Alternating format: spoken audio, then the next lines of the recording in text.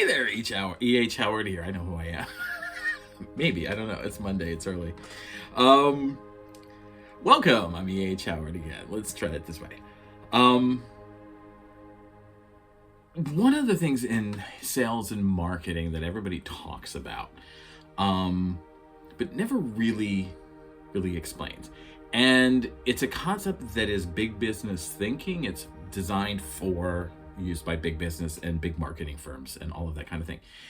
And like most things for small home and solopreneur businesses, we don't have a lot for us. We don't have a lot created for us, although that's changing. So we tend to take things from big business and try to apply them to our small home or solopreneur businesses. And that never really works. That doesn't help us in any way, shape, or form. The one that is most used by us that doesn't really work for us is the consumer funnel. All right. And it looks like this. And you've all seen it. You all know about it. The idea is that it is based on the concept of know, like, trust, and buy. All right. And then when the person buys, they will hopefully refer to you refer for you. And that's fine. That works well for big businesses, because for that funnel process to work properly, for that funnel process to do what it is supposed to do, you need to approach a lot of people. Okay. So in a simplified way, the idea behind the funnel is you start with a large pool of people and you work them. Basically, you sell and market to them, and we're going to use really rough numbers. Let's just say we're going to talk like a big business. Okay. So we're going to pretend that you're doing a sale locally for a Target or a Walmart or whatever. You're going to send to 5,000 people in a particular area for this sale or event or whatever, in hopes that out of that 5,000, maybe 2,500 will pay attention. They'll hear you. Oh, I know who they are. I get that. Okay. That doesn't mean they're buying. That doesn't mean they have any interest in buying. That doesn't mean that you have just suddenly grabbed their attention. From that 2,500, each time you connect with that consumer, the idea is that out of that 2,500, maybe 1,250 will take the next step, which would be to come by and ask a question or go to the website or something like that. You're going to whittle it down till eventually, maybe as a big business, maybe 100 people will purchase. Okay. Maybe. And that's even questionable. That's rough estimate. Now, in order for that person to move down the funnel from top to bottom, each tier, it isn't like you just send one email and suddenly somebody's like, oh man, I got to freaking buy from you. That email was the best thing I've ever heard, I've ever read. I had to tell all of my friends and family about it. That never is going to happen. That does not happen. It will not happen. In order for that 5,000 for you to get from 5,000 down to 2,500, you need to work with them on a constant basis. And they're called touches. All right. So you probably need to email and not just email. You're going to need to get in touch with these people in a way that they engage with. So out of that 2,500, a quarter of them are going to be attracted by email. A quarter of them are going to buy on social media. That's a lot of work. That's a lot of repeating, going over, repeating. All right. From there, we're going to take that idea and we're going to apply it to us as a small business. All right. We have a funnel and we have a set of consumers. Instead of applying it to everybody, we are going to look inward. The consumer funnel looks outward. All right. It looks out to strangers. So there's a lot of work in getting to know you, getting to understand what your experience is, why they should purchase from you. There is a lot of work to be done to even get them to come to a website, come into your location, to give a phone call. The path of easier, less resistance, of easier ways of doing things is to focus inward on our consumer funnel and focus on the consumers that we have, all right?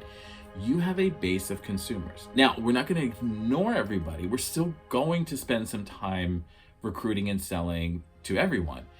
What I'm talking about is we're going to spend a good portion of our time, about 70% of our time, focusing on the consumers that we have, all right? 30% of our time is then going to be spent going out and searching for everyone. The idea of the consumer funnel is you have an ideal consumer, your casual consumer, who is probably about 60% of your base. You also have some people who we call the problem child, and they're about 20% of your base. And you also have some people who are super fans, AKA your Betty, and they are about 20% of your base. Your casual consumers and your super fans have a series of traits, behaviors, and habits that are similar. When you talk about your business, you are going to tap into those habits, behaviors, and traits. Now, the difference between a super fan and a casual consumer is your casual consumer is looking to hear something that they haven't heard yet. All right, it's like a dating somebody. Before somebody's going to move in with you, there's some things that they want to hear, some assurances they want to know before they pull the trigger and decide to move in for you. Okay, with you. Okay, same thing here. Your casual consumers could easily be converted to super fans and Bettys. They're just needing to hear something. And that's the idea of the funnel, all right? The closer the casual consumer is to the super fan, the easier it is it's going to be to convert them. It's easier to get them over because they are almost halfway over the line. The other argument here is that it will be easy to take the problem children, because there's a little group right at the end. I always call them like right at the bottom before the tier changes, the convertibles. And those are people who are ready to convert, and they can easily be converted. You just need to figure it out. So you're going to take, instead of 5 or 6 tiers, now you're talking about 1 to 2 tiers or 3 tiers at max, okay? So you're going to work with the problem child eventually to get them to become a casual consumer who will then become a super fan. Within those two groups, the casual consumers and the super fans, they also know people, all right? That like-minded shoppers, like-minded consumers who will be willing to purchase from you. Activate them, okay? So rather than working the funnel down, we're gonna go sideways. We're gonna connect with our casual consumers, engage with them more, and empower them to share their experience with other people. And same thing with the super fans and Bettys. We're going to empower them to share their experience so that they will do 90% of the work for us. It is basically word of mouth marketing. Just no one's ever showed you how to do it. That's the point that we're talking about.